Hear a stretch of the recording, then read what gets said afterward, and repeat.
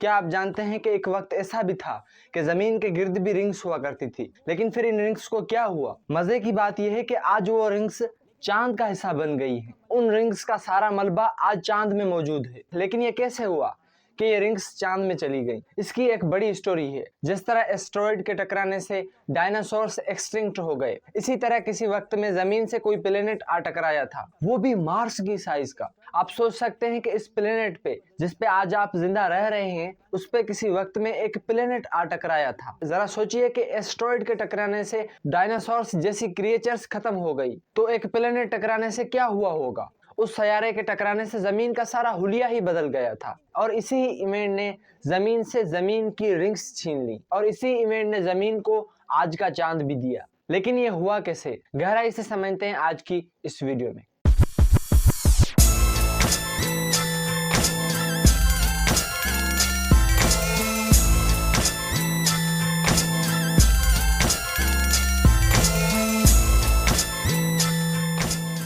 इस ग्लोब को देखें, इसको आपने कहीं ना कहीं देखा ही होगा। अगर हम इस ग्लोब को देखें और इस पे गौर करें तो ये अर्थ को थोड़ा सा टिल्ट करके दिखाता है। आप स्क्रीन पर देख सकते हैं कि ये थोड़ा सा टिल्ट है।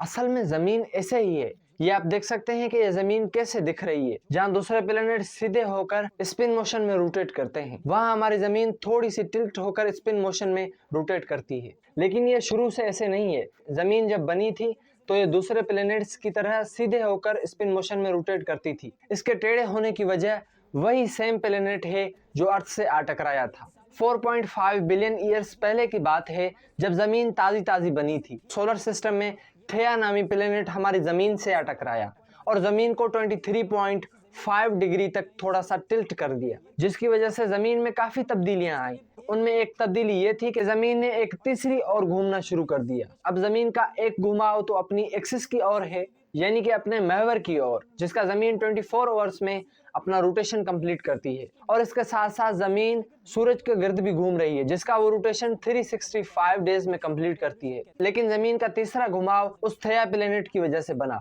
जिस रोटेशन को एक्सल प्रेसेशन भी कहा जाता है। जहां जमीन का स्पिन मोशन का एक रोटेशन 24 आवर्स में कंप्लीट होता है, वहीं एक्सल प्रेसेशन का एक रोटेशन 26,000 सालों में कंप्लीट होता है। और अब आते हैं रिंग्स पे। जिस तरह सैटर्न प्लेनेट की रिंग्स हैं, इसी तरह जमीन की किसी वक्त में रिंग्स हुआ करती थी। लेकिन फिर एक प्लेनेट जमीन से आ टकराया, जिसका नाम था थेया। थेया प्लेनेट जमीन से आ टकराया, जिस वजह से जमीन का थोड़ा सा टुकड़ा जमीन से अलग हो गया, और फिर वो जो टुकड़ा अलग हुआ था वो घूमना शुरू हो गया, जिसको आज हम चांद कहते हैं। और फिर चांद की घूमने की वजह से अपनी ग्रेविटी पैदा हो गई, और वो अपनी ग्रेविटी की वजह से जो भी टुकड़े रिंग्स बना रहे थे जमीन की, उस रिंग के टुकड़ों को चांद खा गया। अब यहाँ पर यह सवाल आता है कि इतना बड़ा चांद जितना टुकड़ा यहाँ से अलग हुआ जमीन से, उसके निशानात जमीन पे क्यों नहीं है? निशानात इस वजह से नहीं है क्योंकि जिस वक्त थेया प्लेनेट जमीन से टकराया था, उन दिनों जमीन लावे की तरह पिघली हुई थी, और जो भी जमीन पे निशानात उसके बने थे वो जमीन से घूमने की वजह से आहिस्ता आहिस्ता ठीक हो गए, और जो आज करोड़ों साल बाद हमें दिखाई नहीं देते, जिस वजह से हमें जमीन फुटबॉल की तरह गोल नजर आती है।